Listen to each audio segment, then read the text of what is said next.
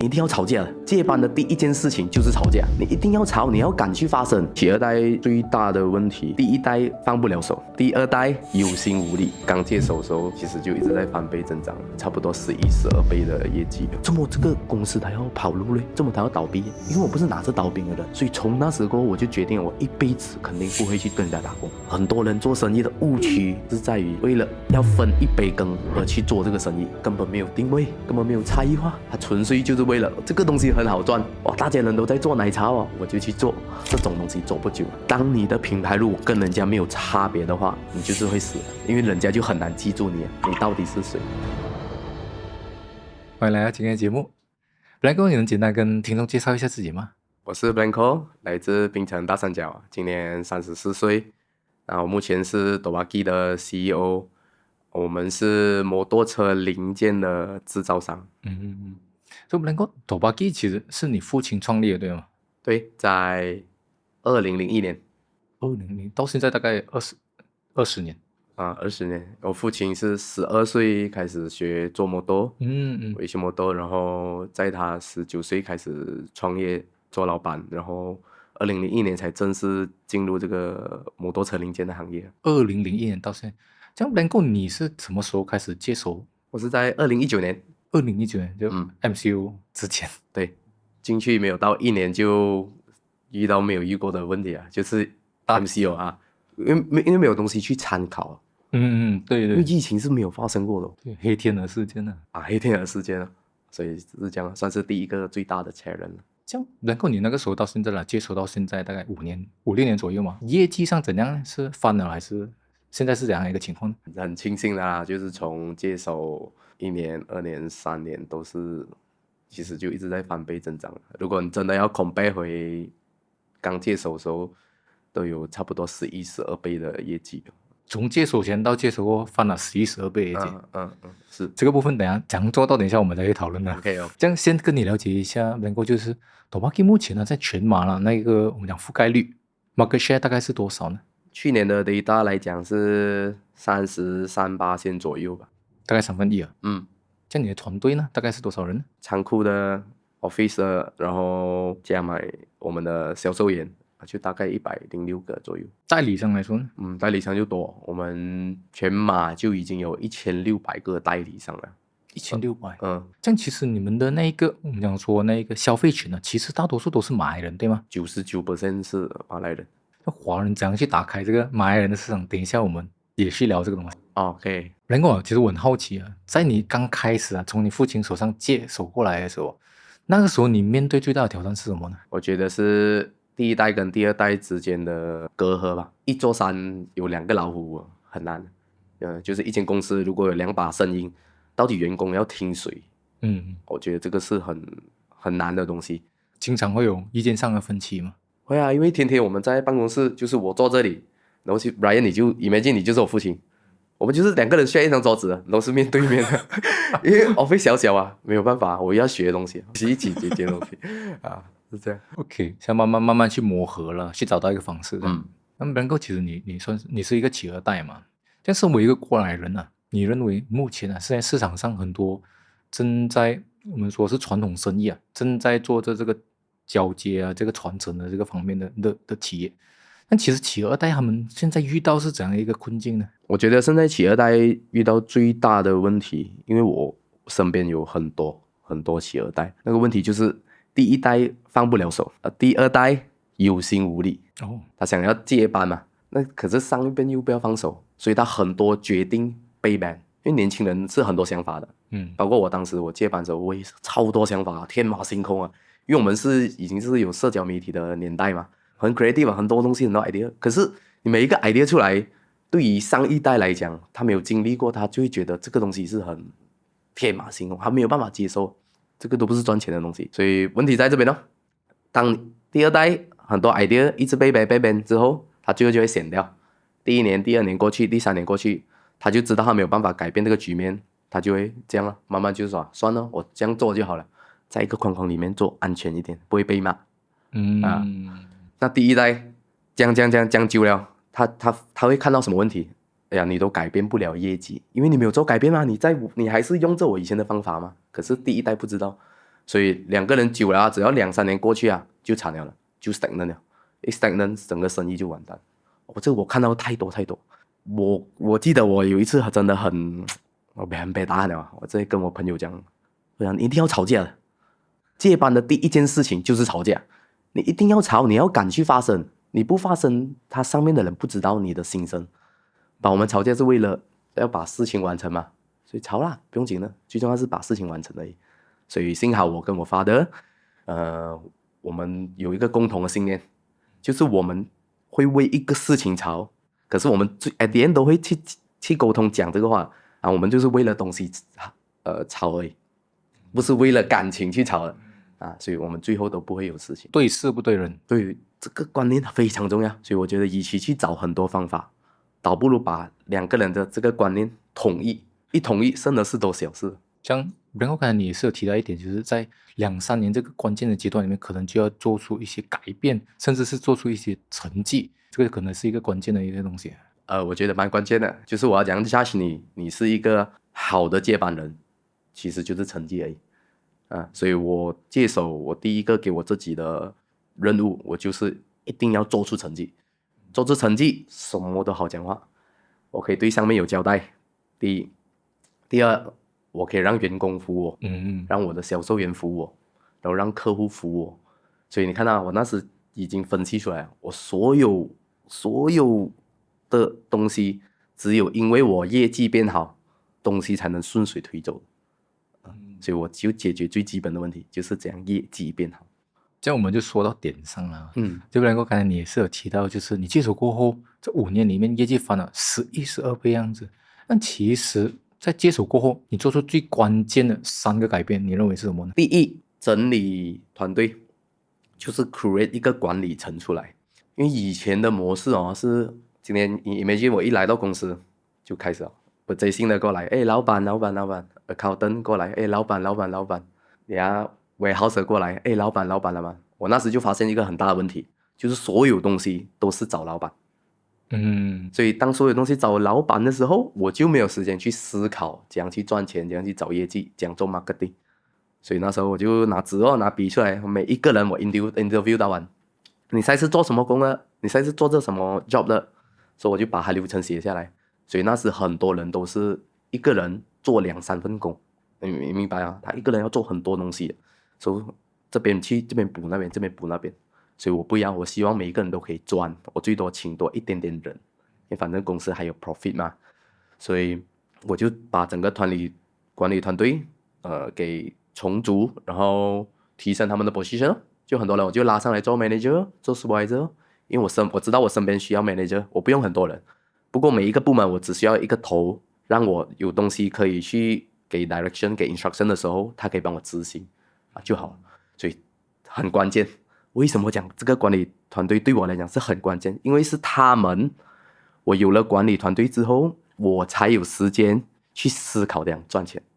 太多的老板死在那一步，就是他没有时间去思考怎样赚钱，怎样做 marketing。所以那你公司怎么进步呢？因为你还是在做这很琐碎的东西。那个时候团队多少人？20多个，20多，现在100多个。所以第二就是 marketing。marketing 是我投入最大的心机心思在里面的。因为有一次我去做 sales 的时候，我们是 B2B， 那时候我们就是要拿着一个产品，就是去到客户的店，要跟他介绍，哇，这个极好啊，这个用什么做的，这个比人家耐，我又比人家便宜，所以花很多时间去做这个东西。我有1000多个代理商，你 imagine， 我每一间去到完刚接手的时候，当我去每一间店都要花最少差不多1个小时到2个小时，然后很吃力的介绍产品。后来有一个代理商，我记得他就是告诉我一句话，我懂你的东西很好，可是客户不知道，我就点醒我了。我本来有想过这个问题，可是他的这个 feedback 让我再重新点燃我要做的那个改变。就是我要怎样让消费者去买我的东西，想买我的东西，那消费者自然就会跑去找我的代理商，所以代理商就会来找我们买货所以那我要怎样省时间怎样做事半功倍的东西就是做 marketing，把我要传达的信息，与其一间一间这样去跟我代理商讲，代理商再去传达给下面的客户，倒不如我品牌商直接告诉消费者。所以一旦我做了这个改变之后，所有的消费者就可以很快的得到讯息，然后也减轻了我很多代理商的 job 了。他们不用像以前这样介绍到这样辛苦了。哇，Tobaki 很好，Tobaki 很好，哎，这个ini macam mana，ini bagus哦，他不用了，现在反而是客户来找他哦，然后会发生什么事？dealer 就会找回我的 salesman，所以我 salesman 也变得很轻松。所以我这个开玩笑讲一句，就是现在的我 salesman 已经不是 salesman 了，变 order man 了。他等着拿 order 不了啊，等着客户来追他拿单不了，因为消费者想买了嘛，看消费者要买的嘛。你怎么告诉消费者呢？我回来，我第一件事 marketing 啊，我第一件做的东西就是回来我开 Instagram， 开 Facebook， 开自己做 website， 我全部自己做到完，一个人，我就是闭关，我所有管理东西我不要管，我懂我一个礼拜里面我一定要出来 website， 出来 Facebook， 出来 Instagram， 这3个最重要的东西。所以 that's why 我 personal 的 Instagram 我没有 active 了4年5年，因为我全力的心思就是在那边，我懂他辛苦，可是我心中很明确知道这些都是暂时的，这是我的过程，它一定值得，所以很快，没有到3个月4个月，一做就很快有人有 engagement 了，有 reach 了，真的很多人会去看我的 social media 了然后也看到效果。所以就是那个趋势，然后又遇到 MCO， 所以 MCO 过后我们就再开TikTok 再开不同 media， 然后壮大我的团队，做越来越多的content， 是这样。反正 MCO 这个事情的发生变成了一个推动力，趋势上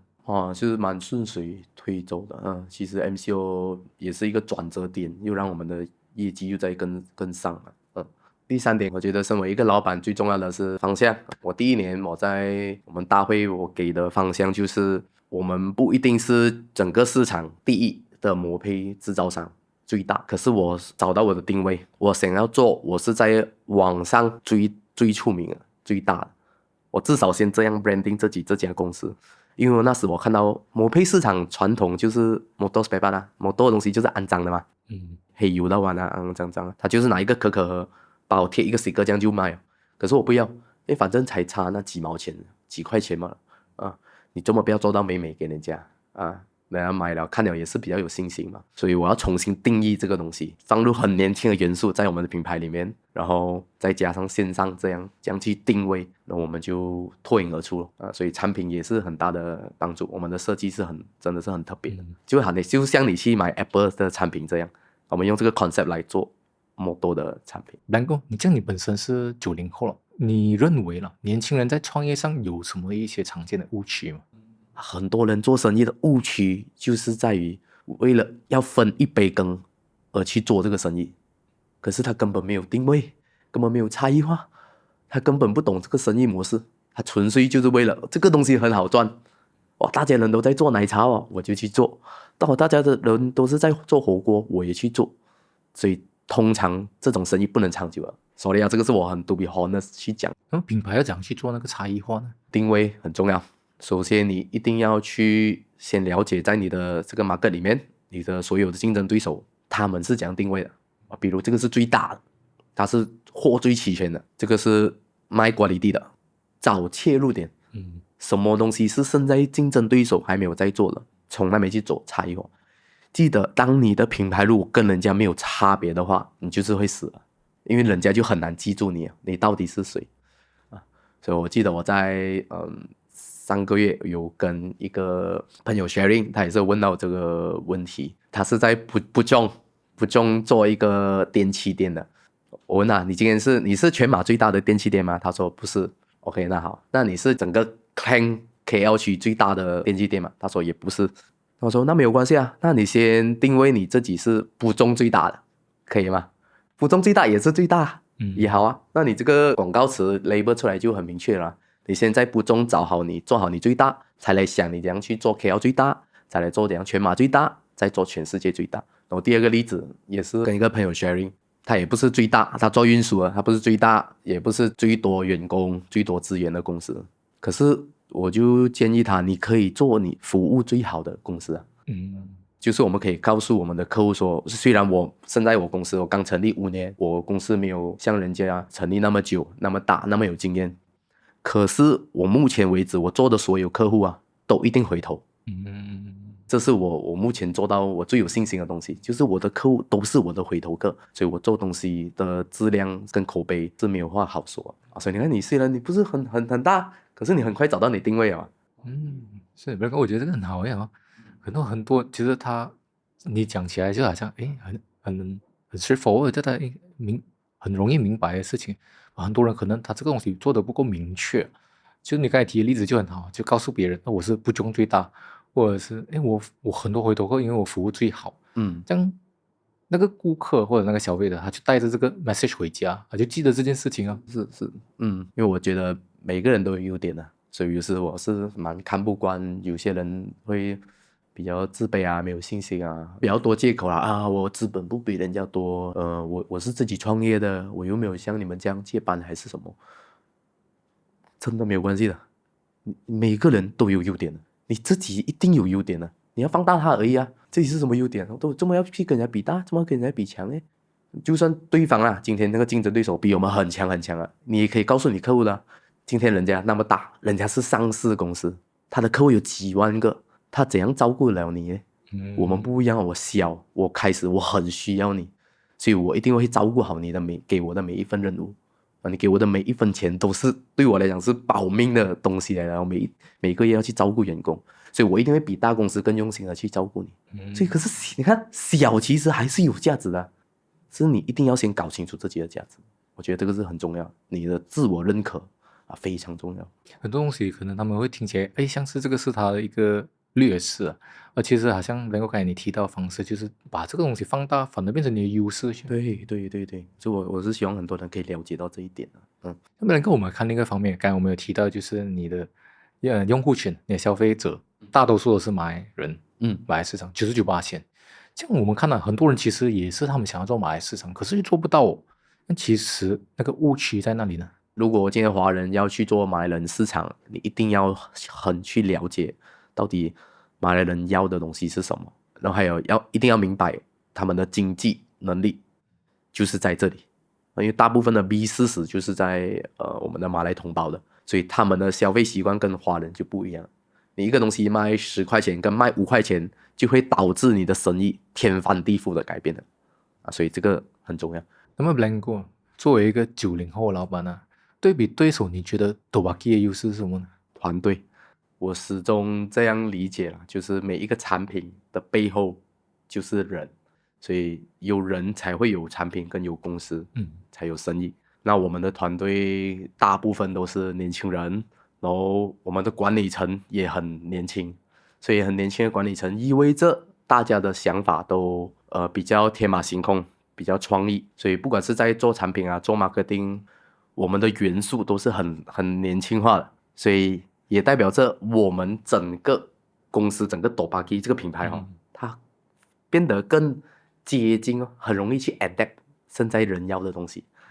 啊，所以这些东西我觉得是不知不觉的，因为如果你要拆开来讲，我觉得要讲很多很多，可是总结来说就是品牌的后面，品牌的精神就是谁在后面掌控这个品牌，所以我们的整个团队就是这帮年轻人我们在这个品牌后面去推死了，让这个品牌不知不觉中变得越来越年轻化，然后越来越创意啊。然后能够我们看另外一方面呢，说市场上可能很多公司他们可能已经达到了100万这样子的级别的业绩了，那可是很少公司可以去到1000万级别。你认为营业额可以做到100万的公司和营业额可以做到1000万级别的公司，两者之间差了什么呢？格局吧，因为像我说的，一个老板他的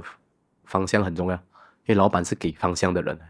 那你的管理才会跟着你的方向去安排所有跟策划所有的东西。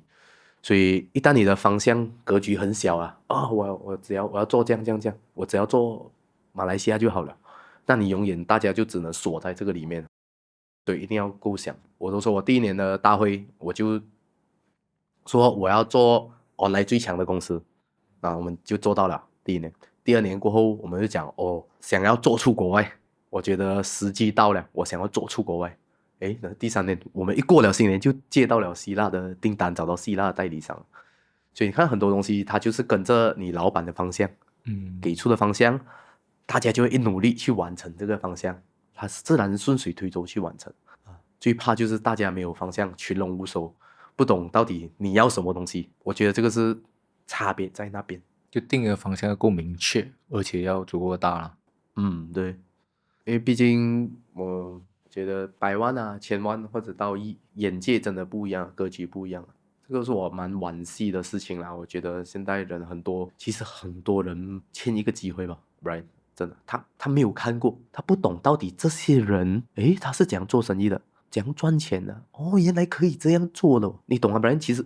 原来这样的这个东西，对于我们产生的变化太过重要啊，太过 critical。当一个人他没有看过这个世面的时候，你imagine一个人没有出过国，他就永远以为马来西亚就是只有马来人、印度人跟华人。他不懂原来外面有美国人的有英国人的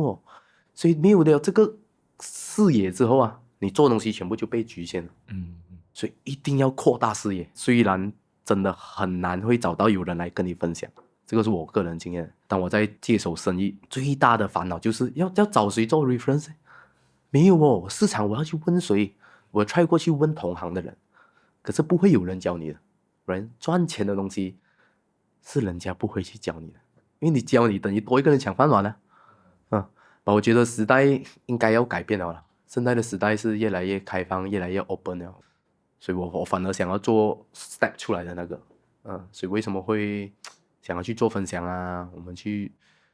所以好像其实像本来你做的东西，我觉得也是很好啦。做 podcast 这些其实就是多了一个平台管道去分享，真的不知不觉会帮助很多人。这个很好。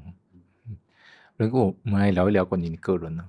你认为你个人最大的强项、最大的闪光点是什么呢？我算是比较有自信的人吧。其实昨晚我也是在回复一个网友的问题，他就说他生活很迷茫，他现在28岁，他创业了7年，然后不成功。他问我28岁重新来过会太迟吗？他问我的建议。我就说我29岁，因为我也是跌倒过。我29岁才重新去接手生意，我重新再这样翻身起来。在我生命中，我觉得很多发生不幸的事情，其实都是一个逗号，它不是一个句号。所以我很认可我的生命一定是会成功的，所有发生的东西就是只是一个暂时的。我不懂，我就是心中有一个很强烈的信念，从以前到现在都是这样。觉得这个是比较造就我不一样的地方。除了这个，我也觉得我是可能比较多愁善感的人想蛮多，所以以前我会认为是一个不好的事情，因为心里太敏感，有时你这样你就会犹豫想太多的时候你就会不好受嘛。反而现在会慢慢把它转成一个优点，所以变成我现在会蛮常去写文案啊，做分享做影片啊。我觉得我把我这个多愁善感的一面给它透过创作去分享出来，反而它可以变到一种人家会感受得到当你用心在讲话或者在做一件事情，这个东西是一种艺术人家会感受得到，你根本不需要去学任何的话术啊，很多的技巧啊，就是这样一表达，它是穿过任何东西直达人家的心。所以我觉得这个是我的优点吧。这样能够我好奇，你有遇过最大的低谷是什么呢？我遇过最大的低谷就是我20岁出来的第一份事业咯。那时候就是年轻嘛，朋友就介绍说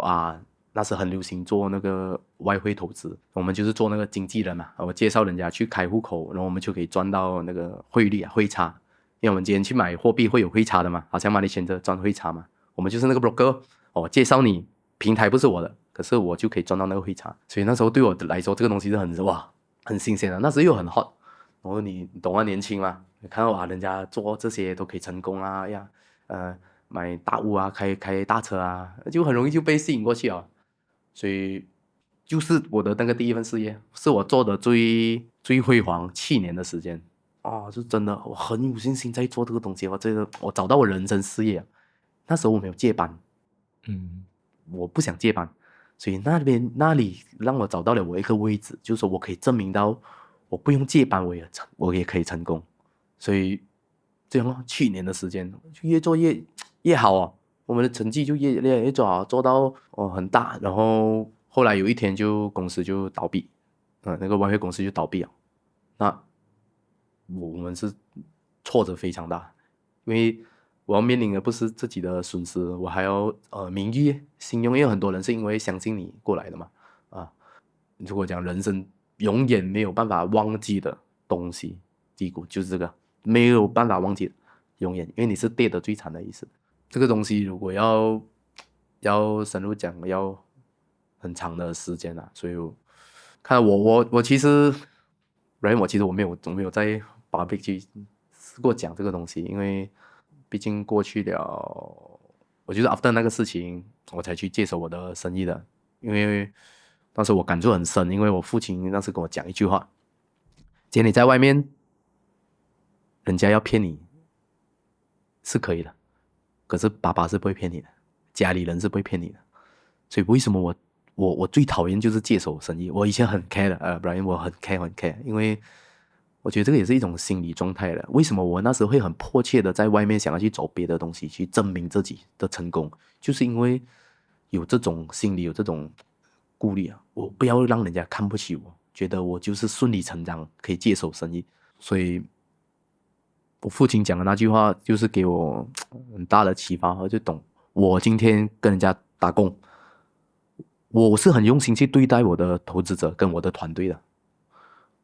可是我没有办法控制到，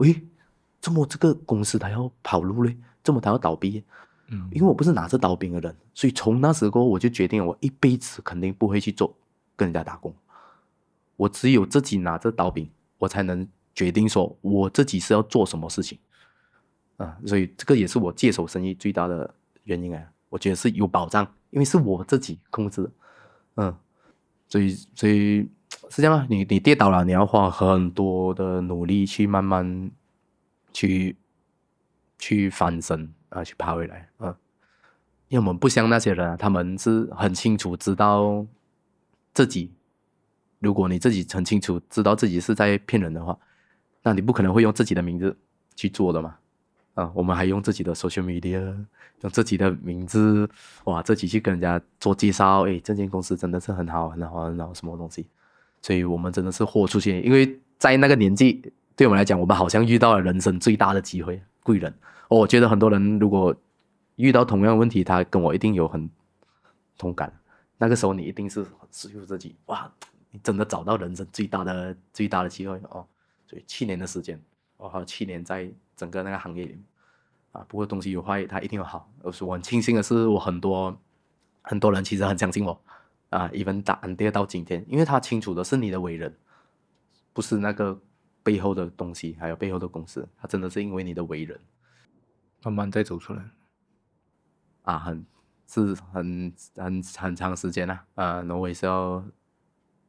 就是感谢我的那时我家人的支持才能给到我因为我以前真的很介意，我很介意人家讲很接手事业什么反正现在我会跟人家讲，我就是怕人家会有这种，我不懂那个词怎么说，就是心理障碍心理障碍我要很坦白的去面对这个东西。以前我很避忌去讲这些东西，因为我们给人家的形象就是成功。然后那时候我们又20多岁20多岁就开始已经懂驾跑车买名牌这些，人家做什么我们就跟做什么年轻20多岁。然后那时候又媒体全部又很顺理成章，不懂我真的母定定那时候，所以我那时就是很快上来，他们就一直把你 label 高富帅什么什么文章一直就做这些东西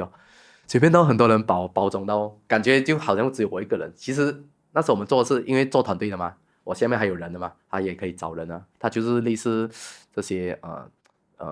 传销公司他们有 multi level 的我赚5块钱，他赚2块钱他赚1块钱这样来做，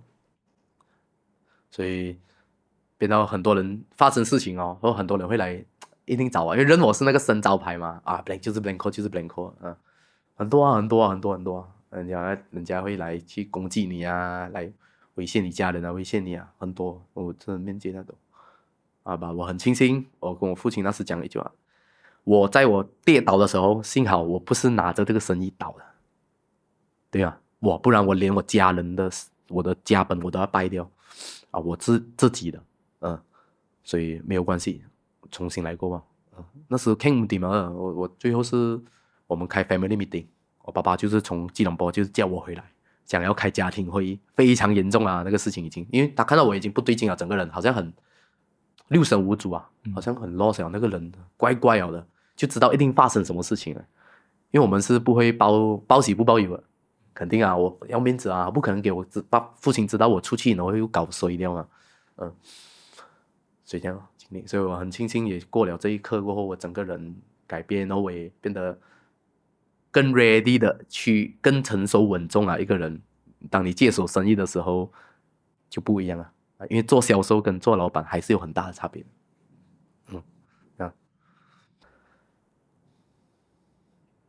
其实我也想过那个问题啊，就是我可能也有这个想法，就是可能我有一天我可能要去整理起来，因为你看啊，even到今天哦，你看这样多年哦，当你在问我这个问题的时候，我有想过，我可能好像可以讲，可是又很难去讲的，能讲吗？就我觉得我的心里是还没有真正很100% ready 去做这个东西，因为毕竟还是阴影来我是很坦诚的去讲我的感受，这是我的阴影来，人生中最大的阴影来，因为需要去消化。因为你很难去坦诚自己会失败过的嘛，是这样。真的，就我很珍惜每一个机会咯，其实就是一步一步的让我去走出来。我也不懂是不是有一天可能会 ready 好去做这个东西，因为以前我曾经有一度是想过我要真的是要把事情搞大，我要借我的影响力，因为人家会借我的影响力做这个事情啊。以前拿我上台摆我上台，我是不是可以用回这个影响力来帮助回整个社会，去提醒人家其实有发生这种东西。其实我很多东西我走过了，你们不要这样去傻啦，不要去相信这些东西啦，很多东西我都看过了，什么是这样啦。我曾经有想过有这种抱负就是想要这样的东西，或者这样，but 一步一步来，一步一步来，所以我真的是第一次想这样一点一点慢慢没有关系我觉得慢慢这样慢慢会走出来。因为消化也需要时间，每次去讲，每次去想，每次去谈都是一种过程。是 OK。 那么 Blanco Tobaki 能够走到今天呢，你认为是因为你身上的哪一个特质？就是 let's say 没有这个特质的话，你就走不到今天了。我觉得我比较看得开，就像我刚才讲了，我因为从很小就已经对生死这个东西就是有去追寻这些答案了，然后看得开的意思就是说我很放心让我的团队去操作，所以其实我很少去公司当我选好我每一个经理之后每一个这些人才他们都安排在对的岗位之后，我就会放很大的空间给他去做他做的东西，我基本上都不看，最多也是他会问我这样做 OK 吗？我就 OK 然后我很愿意给他们机会去做错，我包括老员工我也是这样讲，因为老员工很怕做错的他一点点都很怕，他每一个东西都跟你交代所以我会跟他说，你其实很多东西不用跟我交代，我给你这个职位就代表我给了你权利去做这个事情我在后面我会去看住整个东西你放心去做，然后我讲你一定要勇敢的去犯错，你不敢做，你不敢创作，你就永远没有新的 idea 新的方法，所以我讲人家有些会看不惯就是这个原因，怎么你可以这样钦差就是因为我这样钦差，我才可以让我的团队很快的去发展，他们才可以去发挥他的创意他们才可以去成长，所以我觉得可能就这个特质吧，我不懂是好还是坏，可是他就是这样造就了我的事业，造就了我的人生我就是看东西会比较大事化小一点没有这样严重没有这样严重该改一点Blanco，有什么习惯是你认为对你帮助很大的吗？我很喜欢 organize 东西，跟他聊，他会让我没有这样压力，因为当我知道我什么东西是要做，跟什么东西等着我去完成的，我知道他发生什么事的时候，我很有安全感啊。当全部东西如果堆在一起的时候，就会很 stress 哦，所以我很习惯的去安排东西，我很喜欢安排东西啊。然后第二个习惯，我觉得是我可以很multitask啊，我有一个我很喜欢啊，把东西挤在同一天的。比如我今天来 podcast，我等下就去见我的 dealer， 然后等下我就要去 meeting 什么。就是当我如果决定今天我要去 office，我就要全部东西排在一天做给他完。我喜欢做完，然后我隔天是轻松，我不喜欢一天做一样事情。所以包括我去吉隆坡也是一样，如果我出差2天3天，我就会2-3天，一天就 meet 3个人到4个人啊，排满。我喜欢排满在同一天，而不是每一天去见一个人。因为那样会让我觉得我有东西要做，明天又有东西要做啊！我与其3天，我2天拼命一点，我1天是休息的所以我抗压能力蛮强的，抗压能力一天真的可以3-4个 appointment 的一天，我是可以的。那么能够有什么关于创业的书啊？你是觉得蛮好，你想要推荐给年轻人的吗？老实讲，我还没有真正去读过一个对我有帮助创业的书。可是我有看书的习惯了，我是蛮喜欢看书的。如果真的要去介绍一本书，我会推荐一本叫做《人类简史》的书本。简单的简是历史的史，所以它是关于人类的整个发展历史。所以为什么它讲对于我们有帮助？因为它是去回观整个人类的历史。所以当你的视野格局重新看过一遍之后，你对于整个人生观，因为事业也在人生的一部分嘛。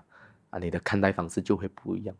所以如果真的要推荐，我推荐一本我印象最深刻的是这样。那么能够一路走来了，有没有某个建议是对你有很大的影响的吗？有我觉得蛮多的。就是话说回来，我人生中大部分对我最大的帮助，不是在于课程啊，还是书本啊，很多就是在于活生生的人，他们给我的建议，不管是长辈或者比我年轻的，很多很 critical 的 feedback 都是在这里。我还有一个师傅不过他刚刚圆寂啊。当初我跌倒之后，是他劝我回来接手生意的，因为我父亲都劝不了我母亲也是。我那时我没有办法，我想要自己在外面再找方法，我放不下面子，我硬要在外面跌倒就要自己爬起来。我一直告诉自己，因为我讲我还有很多团队要养，所以最后没有办法，在家庭会议连上司就是我学佛的那个师傅他就回来，他就是跟我讲，不要做，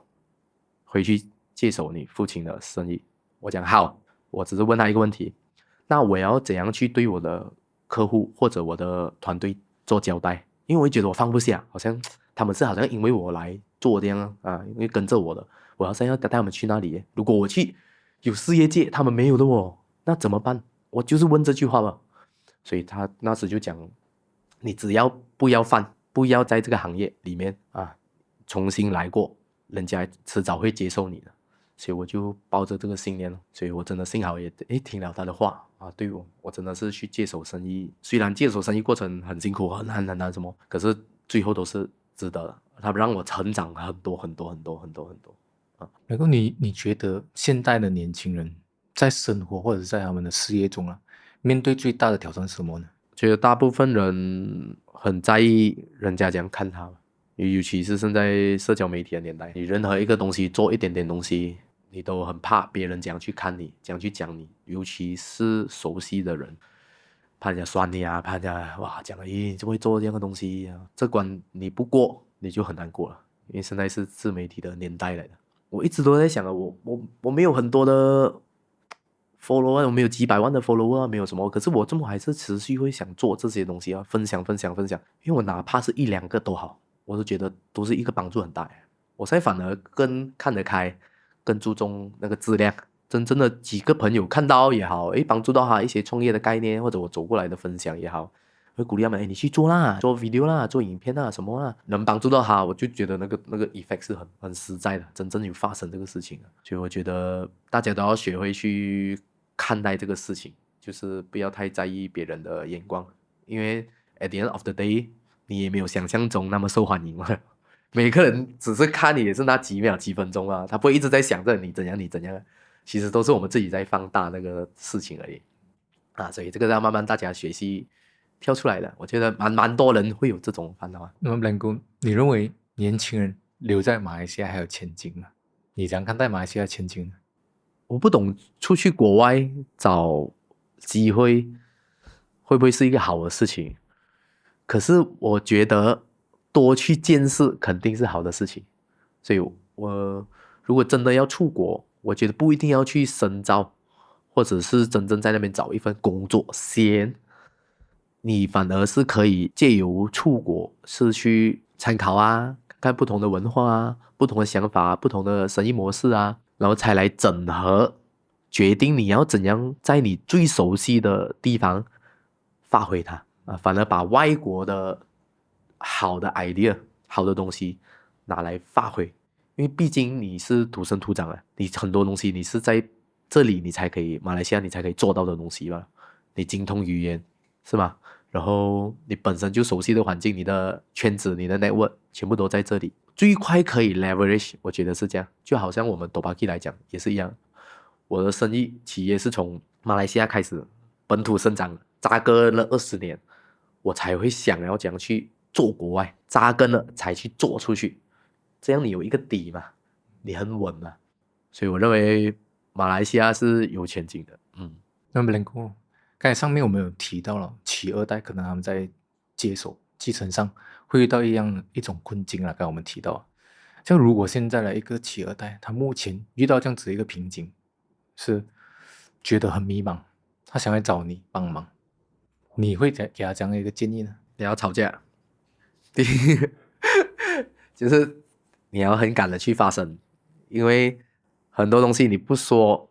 对方是不知道的啊，包括你的上一代，不管他是你的父亲也好、母亲也好，或者是老板，因为现在我们说的企二代不一定是亲子关系，你包括是职业经理人也算是企二代，你来接手这个生意嘛，所以你一定要很敢的去发声，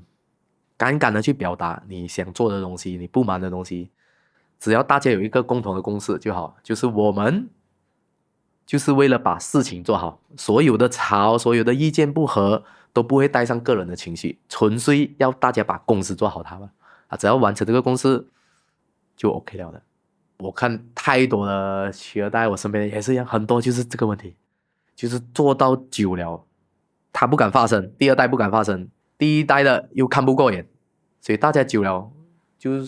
算了咯。1年过去，2年过去，3年过去，就是第一代到最后放不了手，第二代有心无力，就是这个问题。那么如果市场上一些人企二代他们在接手生意的时候遇到这样的困境了，然后也不懂要找谁帮忙，如果他们想要向你请教，私底下来找你 OK 吗？ OK 啊，我是 OK 啊，我是担心时间不够用吧，因为我先讲，我不是专业的 guru 啊，不是专业的导师啊，我就是好在我有一个实战经验，我是愿意分享，可是我想要可以触及更多的一样发生此时此刻发生同样问题的人啊，因为不只是一个吧，今天你有问题啊，其实很多人都有，所以我不想一个一个也太慢了，所以为什么我才会想要去做影片呢？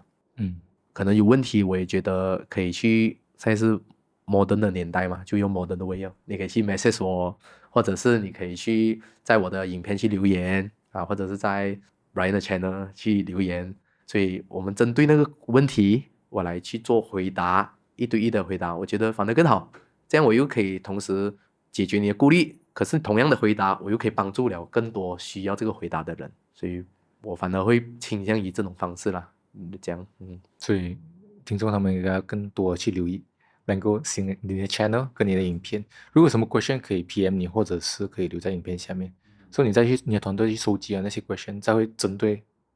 同样的问题，更多人问，很多人关心的问题去做出回答，这样会比较好了。是，然后能够最后了，我们来看，对于一些年轻人，可能他们目前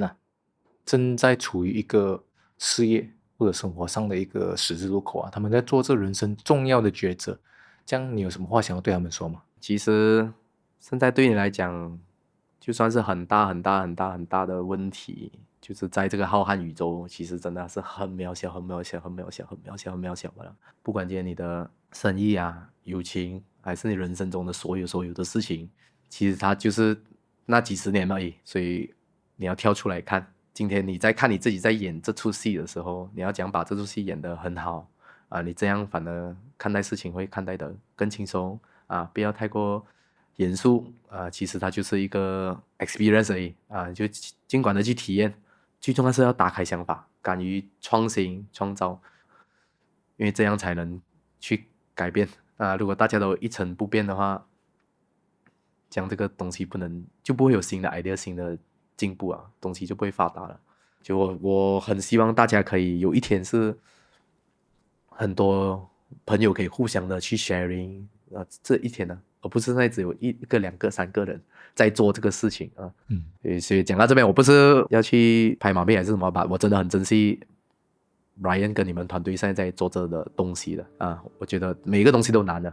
不过我觉得有一种意义，它就是在推动我们前进的，这个动力很重要，因为真的无形中帮助到一些人，真的是你帮助到不知道。所以这让我想到我曾经写过的一句话，就是我们所说的每一句话，所走的每一步脚步，其实不知不觉中都在影响着很多很多很多的人，是你不知道而已。所以我们一定要去做好的事跟讲好的话，做一个榜样咯，坏的也好，好的也好，也没有关系，你就是去做吧，因为成长它一定会经历这些东西的，如果没有这样就是没有心跳对